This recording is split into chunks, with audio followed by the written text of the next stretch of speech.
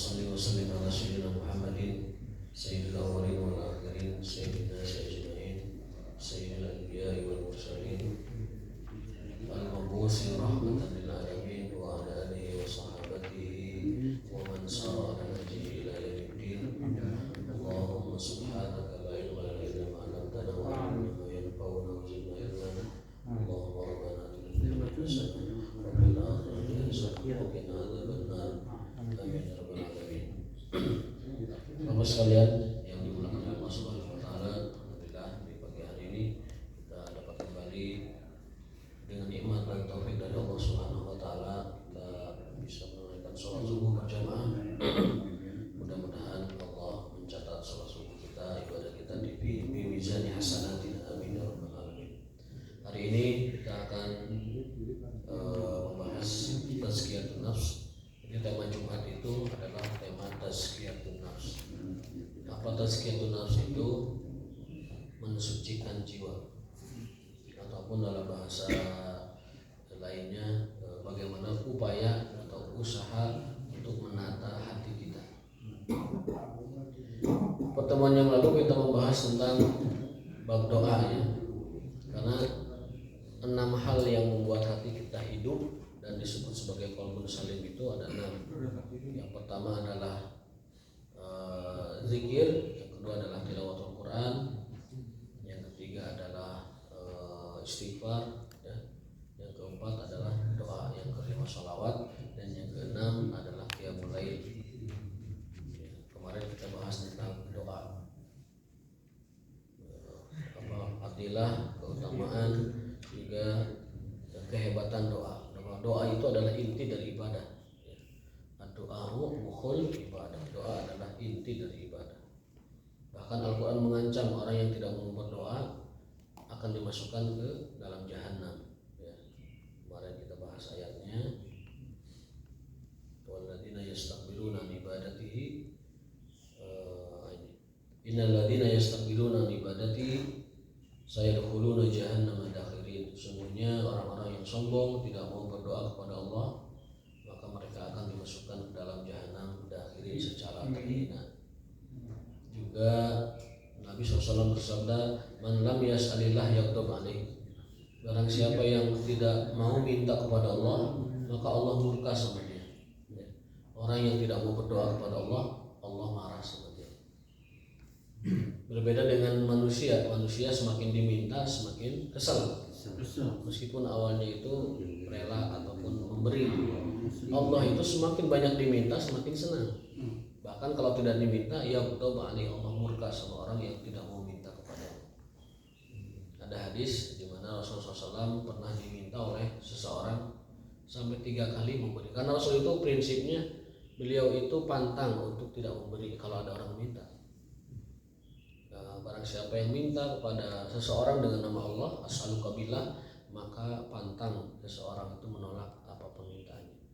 Nah, Nabi SAW itu diminta sekali memberi, kedua memberi, ketiga memberi. Tapi yang berikutnya beliau mengatakan yadul ulya khairun min yadis sufla, bahwa tangan di atas adalah lebih baik daripada tangan di bawah. Maksudnya kamu tuh kalau jadi orang jangan di bawah terus tangannya, tapi di atas, ya. Naik level, scale up, ya.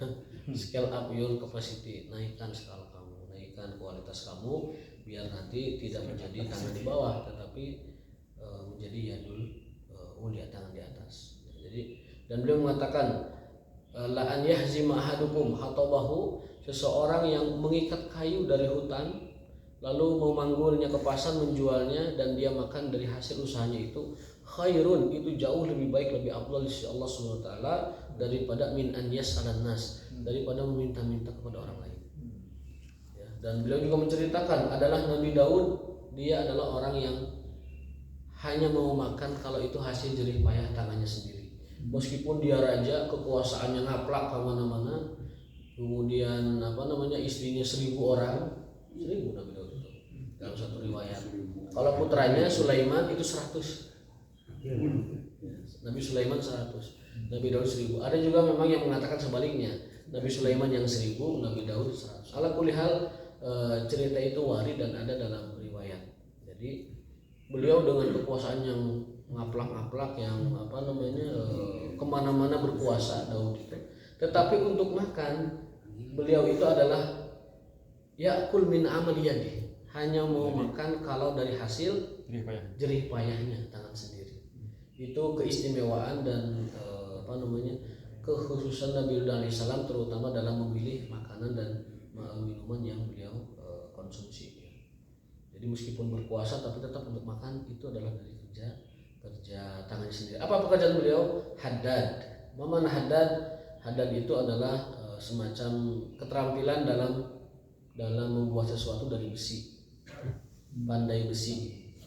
Allah menyebutnya wa alanna lahul hadid, dan kami lunakkan besi untuk Daud alaihissalam. Jadi Daud itu punya kelebihan, dia itu dapat melunakkan besi. Ayatnya kan begitu, wa alanna lahul hadid, dan kami lunakkan besi. Jantan pamin Nabi Daud ayeuna aya kana jumeneng eta motor bisa dilipat kudu bilang. Biasa dilipat. Teng wajah teh biasa dibengkokkeun kudu Daud pami ayatnya wa alanna lahul hadid, dan kami ringankan, lunakkan besi untuk Daud alaihi assalam. Nah itu resum dari pertemuan kita kemarin hari ya, tentang doa kepada Allah Subhanahu wa taala. Jadi doa hukumnya wajib. Allah senang apabila diminta terus, beda dengan manusia, diminta sekali dua kali boleh, ketiga kali mungkin kesal. Dan yang ketiga, Allah Subhanahu wa taala itu Hayyun Karim. Allah itu Maha Pemalu dan Maha Dermawan. Malu apabila ada seorang hamba tangannya ke atas minta dan kembali dengan tangan hampa. Allah itu malu kalau ada manusia minta kepadanya lalu tidak memberi. Jadi wibawa Allah itu semacam itu. Malu apabila ada seorang minta kepadanya tidak diberi. Di akhir hadis yang kita baca kemarin itu, Allah mengabulkan doa hambanya dengan berapa cara kemarin? Allah mengabulkan doa hamba dengan beberapa cara. Dengan beberapa cara ini supaya kita paham dengan betul bahwa doa itu diijabah dengan berbagai cara. Kalau diijabahnya pasti, karena Allah berjanji ud'uni astajib lakum, berdoalah kamu kepadaku pasti aku akan astajib, mengabulkan doa kamu. Jadi mengijabah doa itu, menjawab doa, mengabulkan doa adalah kewajiban bagi Allah Subhanahu wa taala. Hanya saja bentuk ijabah atau bentuk dikabulkannya doa itu bagi kita ada beberapa macam caranya. Yang pertama adalah ini riwayat hadis dari Ahmad. Wa akhraja Ahmad wal Bazzar wa Abu Ya'la bi asanid jayyidah wal Hakim wa qala sahihul isnad. Ini hadis ini sanadnya sahih dari Abu Sa'id Al-Khudri bahwasanya Nabi SAW bersabda, "Ma min muslim yad'u bi da'watin." Tidaklah seorang muslim berdoa dengan sebuah doa asalkan doa itu tidak mengandung ism, dosa, wala qati'atur rahim, juga tidak memutus silaturahim. Selama doa itu tidak mengandung dosa dan mutus silaturahim, itu illa atahu, pasti Allah berikan apa yang dia minta.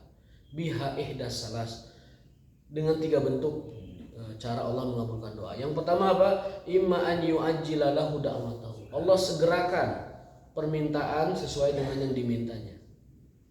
Minta A diberi A, minta B diberi B, bahkan mungkin lebih baik yang diberikan.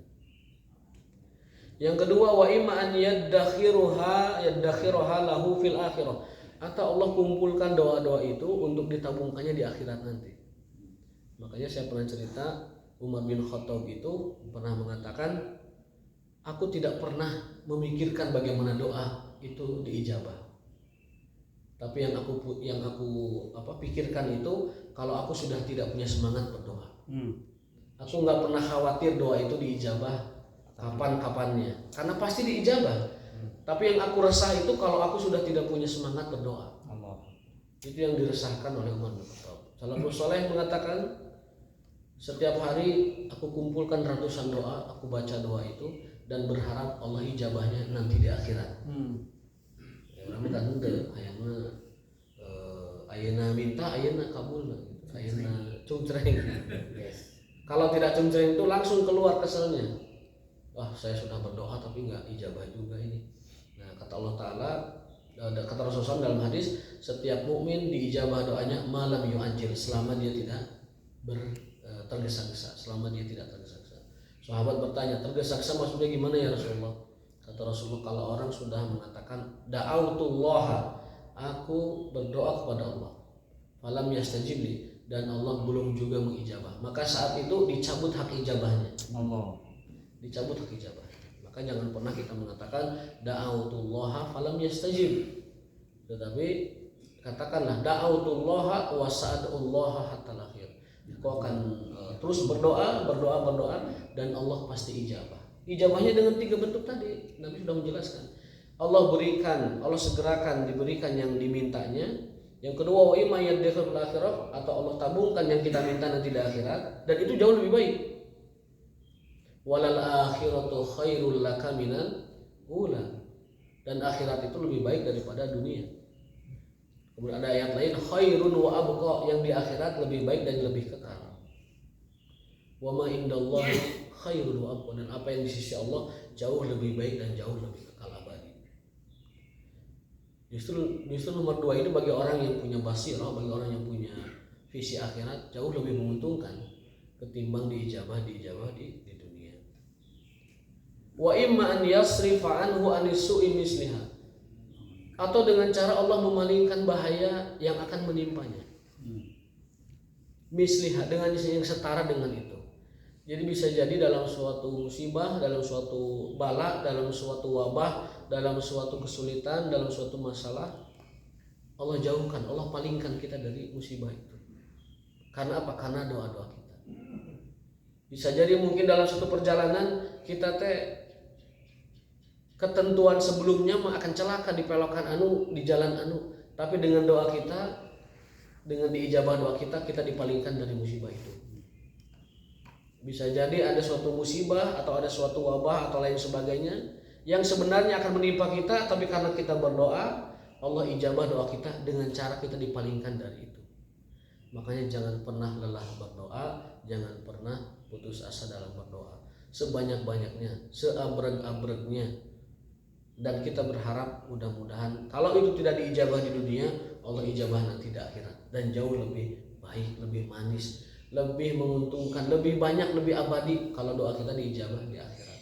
Jadi tidak ada ruginya. Orang berdoa tidak ada ruginya. Asal kita tidak tergesa-gesa gitu. Baru saja minta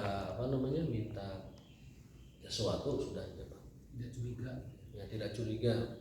Kalau kita mengatakan Allah tidak mengijabah, itu bagian dari suzon kepada Allah Subhanahu wa taala. Karena Allah sudah bersumpah, astajib lakum, aku pasti akan ijabah doa-doa kalian. Maka kita pelajari tentang doa, apa adab doa, apa cara doa dan bagaimana. Ya. Tata cara kita berdoa, kita tahu urutan doa. Ya. Kalau kita belajar dari hadis Nabi, urutan kita orang beriman kalau minta dalam doa itu pertama apa?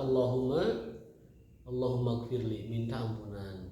Itu urutan pertama. Kebutuhan orang beriman itu satu, ampunan. Allahumma gfirli. Yang kedua, warhamni, meminta rahmat. Itu kebutuhan yang kedua, minta rahmat. Yang ketiga, wahdini, minta hidayah, minta taufik.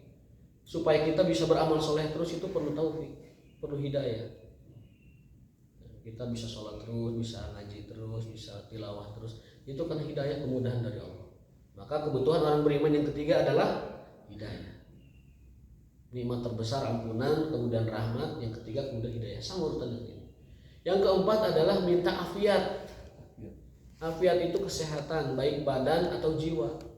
Jiwa kita tidak guncang, jiwa kita sehat, jiwa kita tenang, ya. Juga afiat badan, tidak terkena penyakit apapun, tidak terkena gangguan apapun, sehingga kita masih terus bisa beribadah kepada Allah dengan sebaik-baiknya. Itu kebutuhan orang beriman yang keempat. Apa itu? Afiat. Kalau afiat afiat badan saja contohnya, itu makan ayam selundreng diperlukan ku surawung raus Pak. Kamu sambanan warna hijau mah raus. Ai keur geuring mah ngadahar teh ngamam ai keur geuring mah ngamam sangu jeung kurupuk teh kirang raus gitu. Enggak begitu itu enggak begitu. Maksudnya Kalau sehat mah nasi bala-bala sama bawang goreng dikecakin juga enak. Kalau sehat mah. Kamu dipulukan sate marangi mau lebih enak. Tapi kalau lagi sakit, so enak-enaknya makanan. Apa itu minang saliro juga tetap nggak enak kalau lagi sakit mah. Kasih saja ini baru nggak enak makan apa-apa. Nah makanya kita minta afiat. Ya, afiat mah luar biasa. Afiat itu di atas sehat, Pak. Sehat afiat. Afiat itu diberi penjagaan oleh Allah Ta'ala dari segala macam kekurangan fisik kita dan kekurangan mental kita. Itu namanya afiat. Makanya permohonan kita yang keempat itu afiat. Allahumma gfirli warhamni wahdini wa'afini. Itu dalam sholat Pak Haji. Ini dalam doa umum. Dalam doa umum. Kan hadisnya ada dua. Ada dua. Ada yang dibaca seperti tadi di duduk antara dua sujud, memang ada wajib undi. Di hadis lain di luar doa sholat ini yang sedang kita bahas. Allahumma gfirli warhamni wahdini wa'afini. Baru yang terakhir warzuqni, berikan kami rizki. Jadi rizki itu kebutuhan paling akhir bagi orang beriman.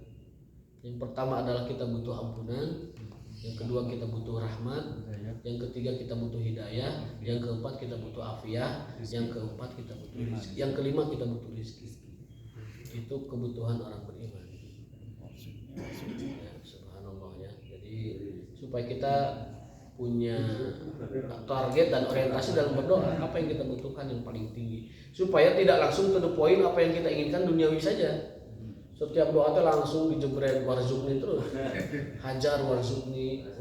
Memang tidak apa-apa, orang beriman berhak meminta apapun dari Allah rezeki. Sahabat saja kalau minta garam dari Allah, ya Allah berikan kami garam. Itu apa artinya? Artinya saking tidak maunya meminta kepada manusia, mereka garam pun minta sama Allah. Jadi boleh-boleh saja kita minta dunia, minta rezeki, karena dengan dunia itu menjadi wasilah, menjadi media kita untuk mencapai dan menggapai akhirat yang diridhoi oleh Allah Subhanahu wa taala. Tidak apa-apa, tapi tahu urutan, tahu prioritas. Saat kita minta, apa sih yang kita butuhkan paling utama? Yang paling utama adalah ampunan. Yang kedua adalah rahmat, yang ketiga adalah hidayah, yang keempat adalah afiah dan sehat, yang kelima baru rezeki. Mudah-mudahan Allah berikan semua itu kepada kita. Amin. Sekali lagi saya ingin tegaskan bahwa yang paling penting bagi kita itu adalah adanya semangat untuk berdoa. Masalah ijabah dan qabul itu 3 pilihan. Bisa jadi Allah beri sekarang, atau Allah tabungkan di akhirat, atau Allah ganti dengan yang lebih baik. Apa itu? Dipalingkan dari musibah. Itu dipalingkan dari musibah jauh lebih baik daripada diberi yang kita minta. Ya Allah beri kami, taruhlah ya Allah beri kami misalkan Alphard misalkan, yang paling sekarang orang paling banyak dibicarakan. Alphardnya nggak dikasih, tapi kita diselamatkan dari bus remna blong. So, berharga mana Pak Alphard yang diselamatkan dari bus remna blong? Jauh lebih berharga, jauh lebih bernilai kita dijauhkan dari bencana di jalan. Kan sekarang lagi musim kan, rem blong bis itu musim. Ya, yang terakhir mah ada yang bapak-bapak turun dari bukit rem nablong tiga sewa kan tinggal tiga sewa jadi lagi musim rem blong sekarang itu. Sampai kalau ada orang gemuk turun di turunan itu karena labas, oh rem nablong.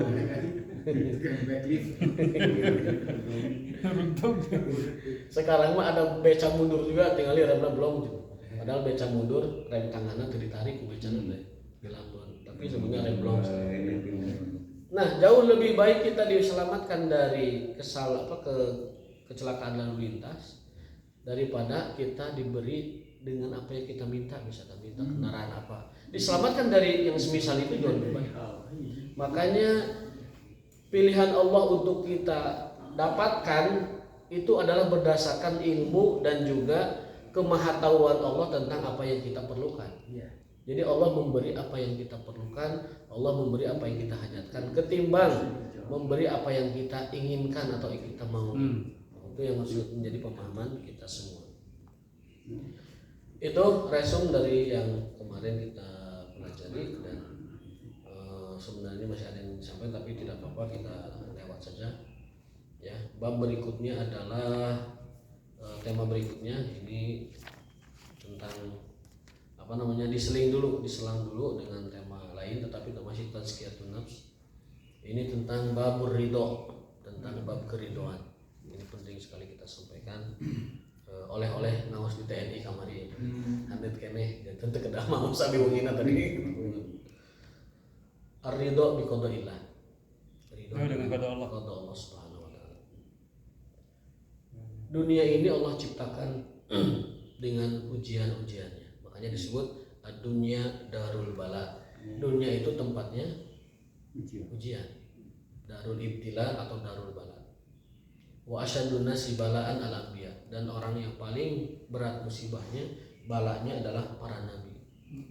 Sumal amsal fal amsal, kemudian yang lainnya dan yang lainnya. Dunia darul bala. Dunia darul bala, wal akhiratu darul jaza, dan akhirat adalah tempat balasan, tempat anugerah, tempat ganjaran. Tapi dunia itu darul ibtila. Ayatnya banyak ya. Kami jadikan kebaikan dan keburukan fitnah sebagai ujian. Kemudian kami jadikan harta dan keturunan ujian. Kami jadikan hidup dan mati ujian. Semua yang kita alami dunia ini adalah ujian. Ini darul ibtila. Dan orang itu hidup dengan masalahnya masing-masing. Orang itu hidup dengan masalahnya masing-masing. Makanya kata Ibnu Qayyim, manusia mah sadayana pikarunyaeun. Manusia semuanya pikarunyaeun, itu sorry Ibnu Qayyim. Kunaon? Yang kaya pikarunyaeun, engke hisabna pangelilana. Kabeh dihisab. Nu miskin pikarunyaeun ribu dunia, akhirat cantang tuh dia lolos. Pikarunyaeun. Nu pintar pikarunyaeun, ilmuna itu gimana diamalkan? Kalau tidak diamalkan atau didurhakai ilmunya, dia menjadi orang yang paling pertama kali diseret ke lembah neraka. Anu bodoh kamu deui pikarunya dunia akhirat karunya anu bodoh. Ya. Semua manusia itu pikarunya dengan segala macam status dan derajatnya dia. Pikarunya. Yang soleh pikarunya, kenapa tidak lebih soleh? Sehingga dia dapat mencapai yang lebih tinggi dari itu. Yang buruk, yang toleh, tidak soleh, apalagi lebih pikarunya. Jadi pada akhirnya manusia itu adalah pikarunya. Bahkan Al-Quran sudah menyatakan itu dengan menyebutkan bahwa inna aradnal amanata 'alas samawati wal ardi wal jibal. Sungguhnya kami telah mengamanatkan amanah khilafatullah fil ard.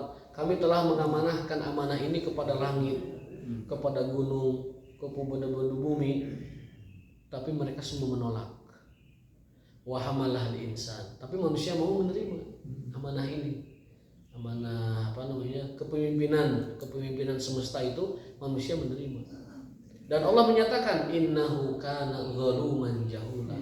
Padahal manusia itu punya dua sifat yang built-in, yang inherent dalam dirinya. Apa itu? Zaluman jahula. Senantiasa menganiaya, zalim baik kepada dirinya atau orang lain, jahula dan juga bodoh. Jahil dan bodoh. Manusia itu jahil dan bodoh. Kami telah amanahkan amanah ini kepada langit, gunung, bumi, semua menolak. Manusia mau menerima. Padahal dia adalah wa kana zaluman jahula. Padahal dia zalim dan bodoh. Jadi kalau bahasa kita sudah terlanjur menerima amanah itu. Amanah tanggung jawab di dunia ini sudah kita terlanjur terima. Maka kita melaksanakan sebaik-baiknya. Nah, manusia dengan segala macam kekurangannya itu, kita dapat simpulkan bahwa kesempurnaan kita sebagai manusia ada pada ketidaksempurnaan kita. Kesempurnaan kita ada pada ketidaksempurnaan kita. Dan kita sempurna pada ketiadaan. Apa dalilnya? Hal ata 'alal insani hinun minad dahri lam yakun syai'an madzkura. Surat Al-Insan ayat 1. Lam yakun syai'an madzkura. Kita teh bukan apa-apa gitu. Kita bukan apa-apa.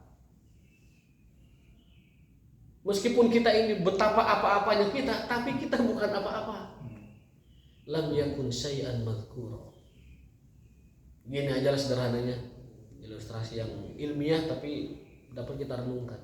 Kita ini hanya satu titik dari Kopo Permai yang luas, betul ya? Kopo Permai itu satu titik dari luasnya Bandung. Bandung pun satu titik dari luasnya Jawa Barat. Jawa Barat satu titik dari luasnya Indonesia. Indonesia satu titik dari luasnya dunia. Planet Bumi adalah satu titik dari 2 miliar benda langit yang ada dalam satu galaksi bernama Bima Sakti. Bima Sakti itu isinya 2 miliar bintang, termasuk bumi yang merupakan satu titik itu. Dan galaksi Bima Sakti yang isinya 2 miliar bintang ini hanya satu titik dari 2 miliar galaksi di alam semesta.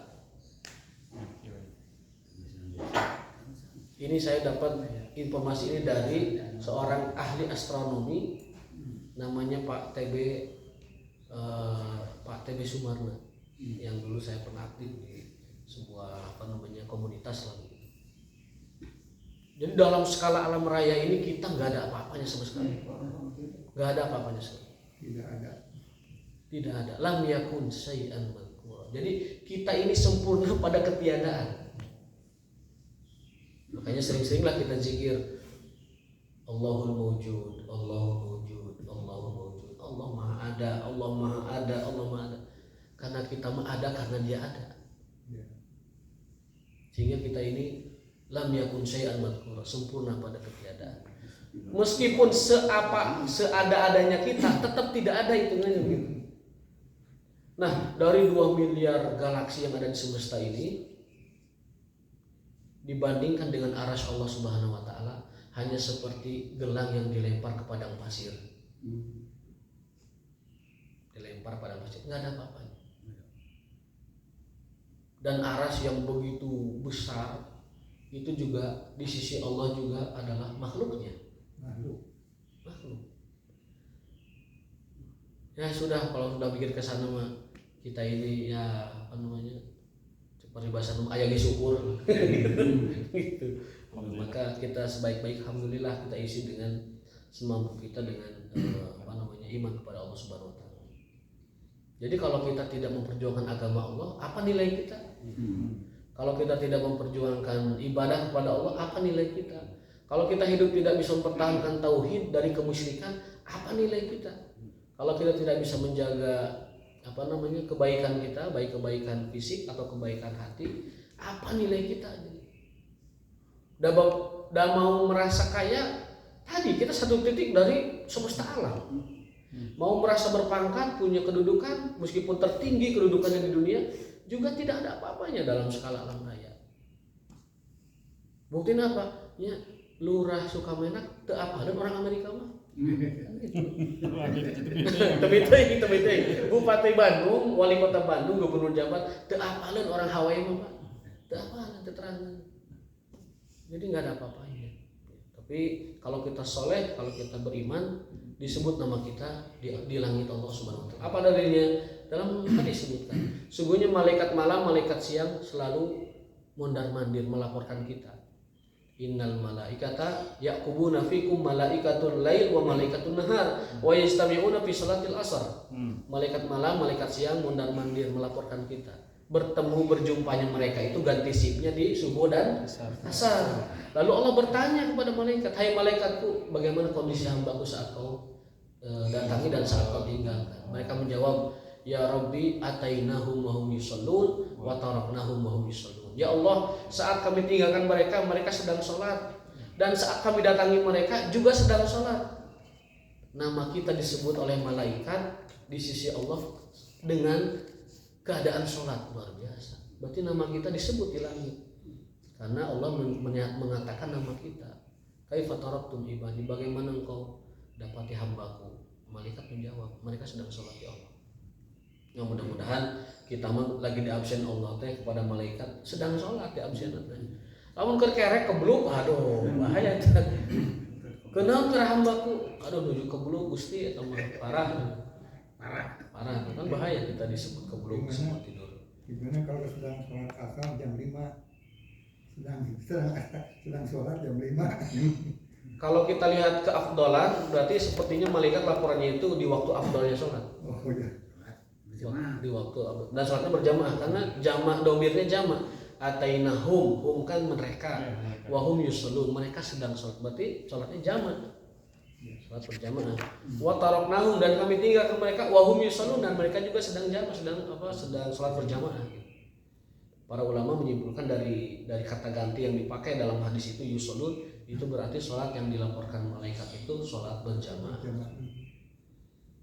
Nah, mudah-mudahan kita mah kalaupun tidak disebut sebagai ahli bumi, tapi kita disebut oleh ahli sama, oleh penduduk langit, kita disebut malaikat melaporkan kita kepada Allah Subhanahu wa Ta'ala. Nah, tema kita sekarang ridho biqadar, kita ridho dengan qada ketentuan Allah Subhanahu. Kenapa demikian? Karena dunia itu darul bala, dunia itu tempatnya ujian, tempatnya masalah, tempatnya kesulitan. Sehingga menunggu solusi adalah sebuah ibadah. Kita ini penuh dengan kesulitan, penuh dengan masalah, menanti solusi adalah ibadah. Fa inna ma'al usri yusra, inna ma'al usri yusra. Sungguhnya di antara kesulitan ada kemudahan, dan diulangi lagi, dalam kesulitan ada kemudahan. Ada hadis yang menafsirkan ayat ini. Hadisnya adalah innal usra lan yaglibu usrain, aw lan yaglibul yusraini usrun. Bahwasanya dua kemudahan tidak akan dikalahkan oleh satu kesulitan. Maksudnya apa? Potensi sulit dengan mudah itu 1 banding 2. Banyak mudahnya. Masya Allah. Lan yaglibul usru yusrain.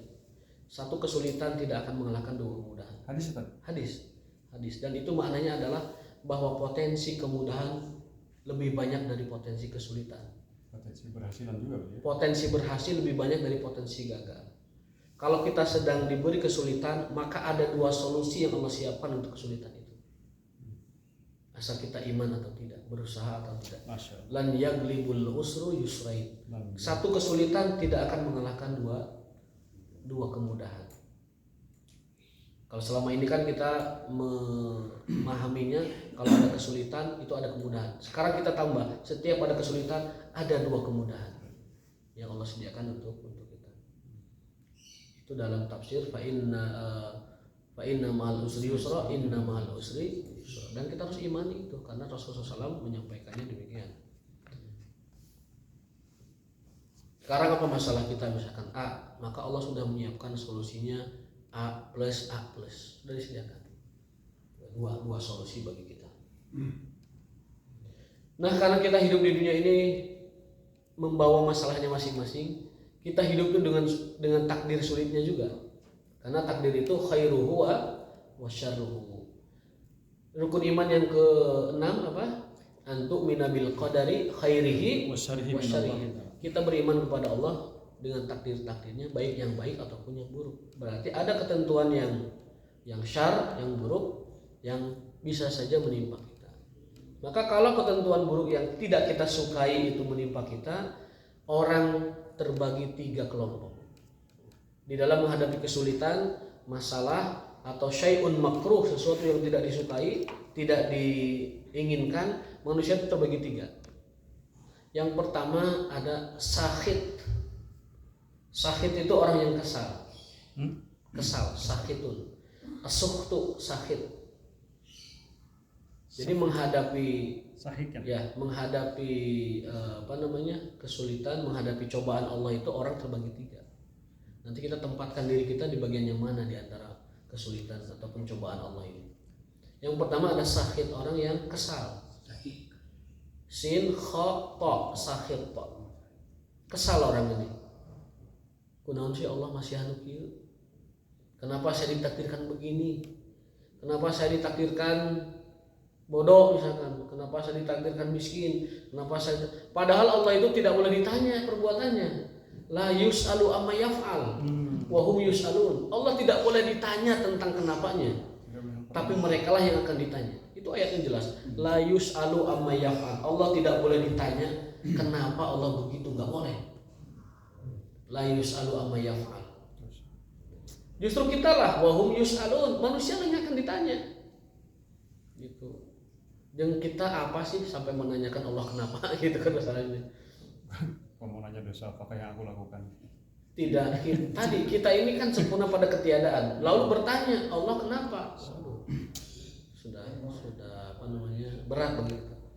Makanya itu menjadi patokan yang pertama. La yus'alu amma yaf'alu wa hum yus'alun. Allah tidak boleh ditanya kenapa berbuat demikian, kenapa berkehendak demikian, wa hum yus'alun, dan mereka manusialah yang akan ditanya. Nah, kelompok yang pertama ini menghadapi cobaan Allah itu sakit. Sakit itu kesal. Kunaon sih saya teh meuli iman di kopo. misalkan ini Pak. Ya, gitu. Kenapa saya tidak jadi sama si Anu padahal anu tadi SMA teh anu doa wae teh. Tapi terjadi gitu. Kunaon Allah teh memisahkan kita gitu. Waduh, luar biasa. Yang ekstrim, kenapa saya dihidupkan? Kenapa bapak saya si Anu gitu. Kunaon indung aing teh eta gitu misalkan, atau bapak aing teh. Jadi orang kamu bawa. Dan itu di masyarakat suka ada Pak. Suka ada. Kunaon saya teh lahir di bapak kalau lagi pasien gitu anak semuanya suka begitu. Pernah ada yang konsultasi ke saya begitu, ada anak saking kesalnya ke bapaknya begitu sampai mengatakan kunaon aing lahir di mana sih. Ya Allah. Nauzubillah. Kita semoga iman gitu ta. Atau imannya sedang drop ya sudah menurun. Yang pertama sakit. Kata Ali bin Abi Thalib,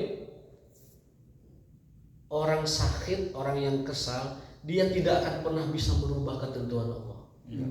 Yang jelas hanya dia berdosa, yang jelas berdosa. Dan yang kedua akan capek sendiri. Gitu. Nah, derajat yang kedua menghadapi cobaan Allah itu adalah as-sabir, orang yang sabar. Apa sabar itu? Sabar definisinya adalah was-sabru. As-sabru adalah as-sabru adalah kafun nafsi. Menahan diri dari tidak kesal. Itu sabar. Menahan diri dari tidak kesal. An-sabra habsun nafsi, menahan diri, waqafuha, dan mengendalikan diri, anisahat, dari kekesalan, dari kemarahan. Ma'awujudil alam, sembari masih merasakan penderitaan. Jadi penderitaan dan kesusahannya itu dirasa gitu. Aduh Gusti nyari gitu. Duh Gusti geuning ripuh miskin teh ya Allah. Ayeuna boga 3 liter isukan duka gaduh henteu. Mas 3 liter. 3 liter emas gitu. Gusti ayeuna tiasa tuang duka anjing mah teu aya saguna can kabayang teh mana. Pasti dirikian. Aya di suatu masyarakat saya pernah lihat sebuah tayangan gitu. Bagi masyarakat itu punya beas 3 liter di hari itu, besok teh nggak mau kerja. Boga beas ieu sih gitu. Ada yang begitu, Pak. Ada yang begitu. Ngapain gua kerja besok udah punya beras. Jadi tenang gitu. Nanti kalau habis lagi baru narik lagi. Derajat yang kedua adalah sabir, derajat orang bersabar. Sabar itu adalah menahan diri, kemudian mengendalikan hati, tidak ngarumas, tidak kesal, ma'awujudil alam, tapi tetap dia merasakan sakitnya penderitaan. Gitu. Tidak mengeluh, tapi merasakan sakit. Aduh Gusti, tapi tidak diucapkan gitu. Itu orang sabar. Level tertinggi ridho. Ridho mah mau katakan kurang mah ridho. Kecuali kita berusaha tirakat diri, memaksa diri untuk itu. Apa ridho itu? Ridho definisinya adalah insyirahus sadar wasi'atuhu bil qada wa tarki zawalil alam. Lapang dada ini, jiwa terbuka, dada terbuka menerima takdir Allah, kemudian tidak mengeluh pasti, dan tidak merasakan penderitaan itu. Karena apa? Karena yang dia lihat kalau ada musibah atau bala, yang dia lihat adalah kebesaran, kesucian, dan kemahasayangan Allah kepada dia. Jadi orang yang ridho mah tidak melihat kesulitan, tapi yang dia lihat siapa yang memberi kesulitan itu. Jadi fokusnya ke Allah.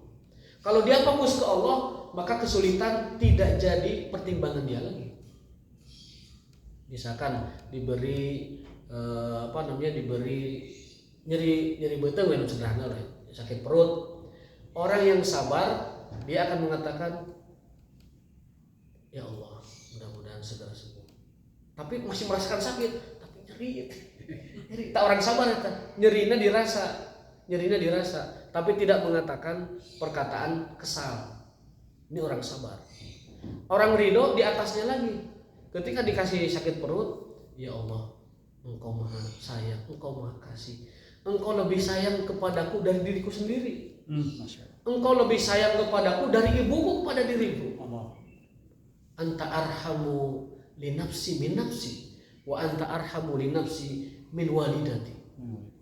Ya Allah, Engkau lebih sayang kepadaku dari diriku sendiri kepadaku, dan Engkau lebih sayang kepadaku bahkan dari ibuku sendiri.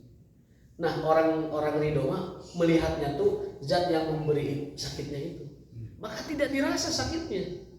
Macam orang malah katakan begini. Para nabi ini mah derajatnya. Apa dalilnya? Lihat saja Nabi Ayub ketika diuji. Apa dia yang dikatakan? Ya Allah, 20 tahun saya diberi harta, rezeki melimpah ruah, kaya raya. Sekarang baru diuji beberapa tahun. Saya ridho ya Allah. Ini belum seberapa. Nabi Ayub. Maka doanya apa? Rabbi anni masadiyaduru wa anta arhamur rahimin. Ya Allah, aku terkena sedikit madarat dan Engkau maha belas kasih, arhamur rahimin. Ya, para nabi ketika diuji, yang dilihat bukan ujiannya, tapi Allahnya yang ngasih ujian itu. Wa anta arhamur rahimin. Nabi Yunus ketika diuji, dimakan oleh paus hiu, dimakan oleh hut, paus dimakan berhari-hari.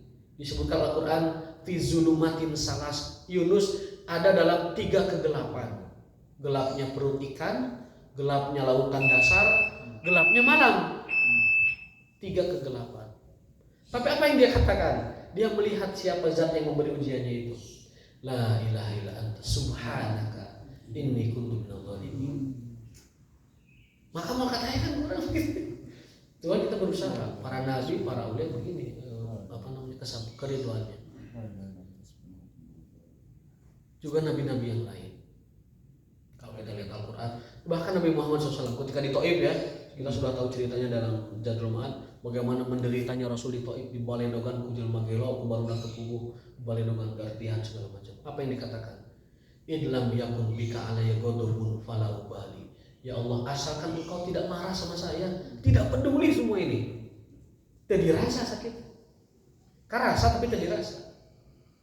Kalau orang sabar masih merasakan sakit, ya Allah, masih merasakan orang sabar. Tapi orang ridho tidak merasakan lagi, karena yang dia lihat adalah Allah yang memberi sakitnya itu. Luar biasa. Mudah-mudahan kita termasuk. Tapi innallaha ma'as-sabirin itu gimana? Innallaha ma'as-sabirin karena berbicara umum. Sabar saja sudah Allah sayangi sedemikian rupa, apalagi kalau ridho. Dalam ayat itu, innama yuwaffas sabiruna ajrahum bighairi hisab. Sesungguhnya pahala orang sabar itu adalah tanpa batas. Tanpa batas. Di dalam kesabaran ada batasnya. Di kita kan sabar ada batasnya, tapi pahala orang sabar tidak ada batasnya. Dan sabar itu ada batasnya, itu tidak benar. Yang ada itu kesabaran itu adalah ketika dia bersabar, maka bentuk kesabaran itu bisa berubah.